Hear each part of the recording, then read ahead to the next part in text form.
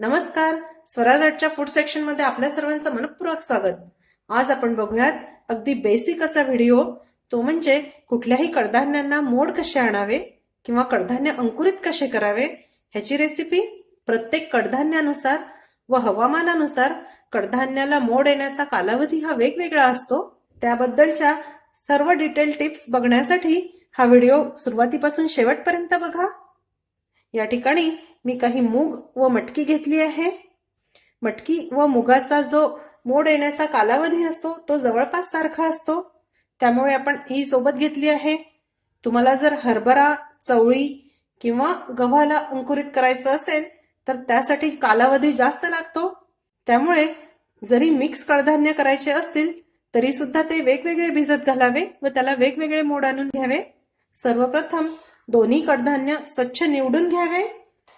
त्यानंतर त्यामध्ये पाणी टाकूया व हे स्वच्छ धुवून घेऊ, कारण कडधान्य साठवण करताना बरेचदा त्याला कीड लागू नये म्हणून कीडनाशक लावलेले असतात. आपण स्वच्छ धुतल्यामुळे ते निघून जातात. छान. आता हे पाणी आपण काढून टाकूया.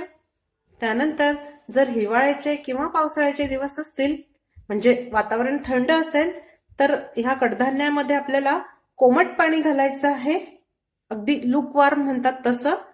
आणि जर उन्हाळ्याचे दिवस असतील तर ऑलरेडी वातावरणामध्ये उष्णता असतेच, त्यामुळे नॉर्मल पाणी आपल्याला यामध्ये घालायचे आहे.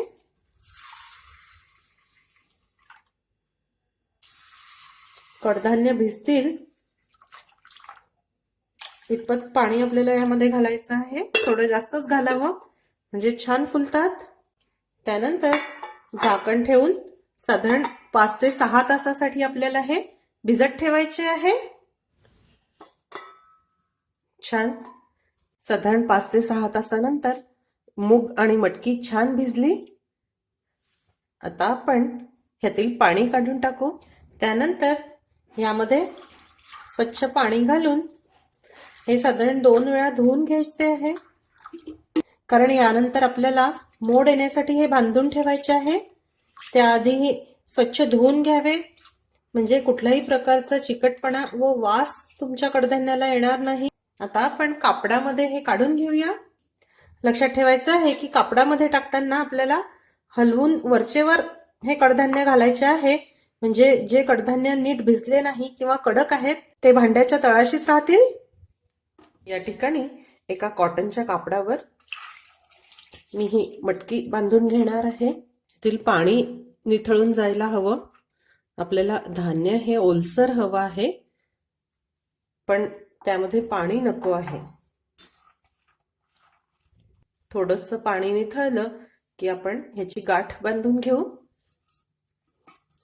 4ही पंधे धरून ह्याची आपण पुरचुंडी बांधून घेऊया.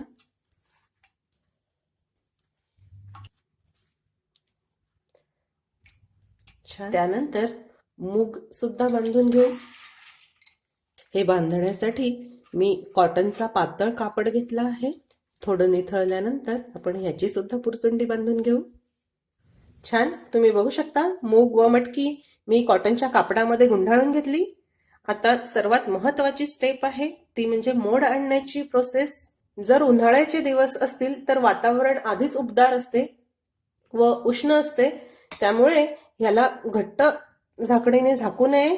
तुम्ही जर हे घट्ट झाकणाने झाकले तर तुमचे कडधान्य चिकट होतात व याला एक विशिष्ट प्रकारचा वास येतो. तर ह्या पुरचुंड्या ज्या आहेत ह्या कॉटनच्या पातळ कापडाने झाकाव्या, म्हणजे 9 ते 10 तासामध्येच छान मोड मटकी आणि मुगाला येतील. पण पावसाळ्याचे किंवा हिवाळ्यातील थंड दिवस असतील तेव्हा वातावरणामध्ये ऊब कमी असते, तेव्हा कॉटनच्या जाड घट्ट कापडाने हे झाकायचे आहे व साधारण 12 ते 14 तासामध्ये ह्याला छान मोड येतील. आता थंडीचे दिवस आहे, त्यामुळे जाड कापडाने झाकून मी हे 14 तासासाठी बाजूला ठेवणार आहे. तुम्ही बघू शकता साधारण 14 तासामध्ये याला छान मोड आले व हे छान फुलले, हलके व नरम सुद्धा झाले. आता आपण हे पाण्याने स्वच्छ धुवून घेऊ. या ठिकाणी कडधान्य चाळणीमध्ये घेऊन ही पाण्याने छान स्वच्छ धुवून घ्यावी. कारण मोड येण्याच्या प्रोसेसमध्ये उभेमुळे ही जरा गरम होतात व तुम्ही जर याला धुवून घेतले नाहीत तर ही चिकट होतात व याला एक विशिष्ट प्रकारचा वास येतो. तो येऊ नये म्हणून आपल्याला ही स्वच्छ धुवून घ्यायची आहे. मटकी सुद्धा छान धुवून घेऊ व ही चाळणी थोडीशी तिरपी ठेवून साधारण 2 तासासाठी हे पाणी आपण यातील निथळायला ठेवू. तुम्हाला जर ह्याची लगेच उसळ करायची असेल तर तुम्ही ही लगेच करू शकता, पण तुम्हाला जर हे फ्रीजमध्ये 4 ते 5 दिवसासाठी टिकवायचं असेल तर ह्यातील पाणी पूर्णपणे निथळणं गरजेचं आहे. लक्षात ठेवायचं आहे, ही महत्वाची स्टेप आहे. तुम्ही बघू शकता साधारण 2 तासानंतर यातील पाणी निथळून गेलं व हे छान कोरडे झाले.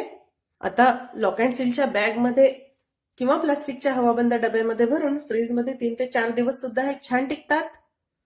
तुम्ही नक्की करून बघा आणि तुम्हाला जर आजच्या टिप्स आवडल्या असतील तर व्हिडिओला लाईक करायला आणि शेअर करायला विसरू नका.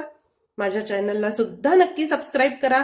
अशीच एक छानशी रेसिपी घेऊन भेटूया स्वराज आर्टच्या पुढच्या भागामध्ये. तोपर्यंत चवीने खा आणि निरोगी राहा.